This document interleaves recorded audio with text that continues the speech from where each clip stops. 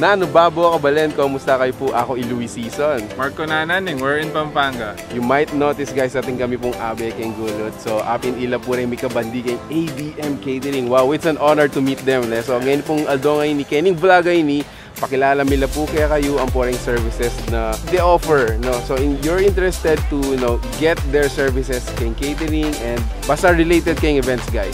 These are the guys to contact. So tara, apahan nyo kami po. So tara, let's go! Tara.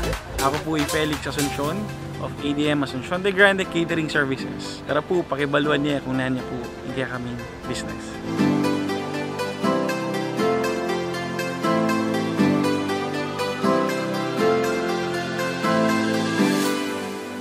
ADM Catering Services is a family-owned company started at the year 1994.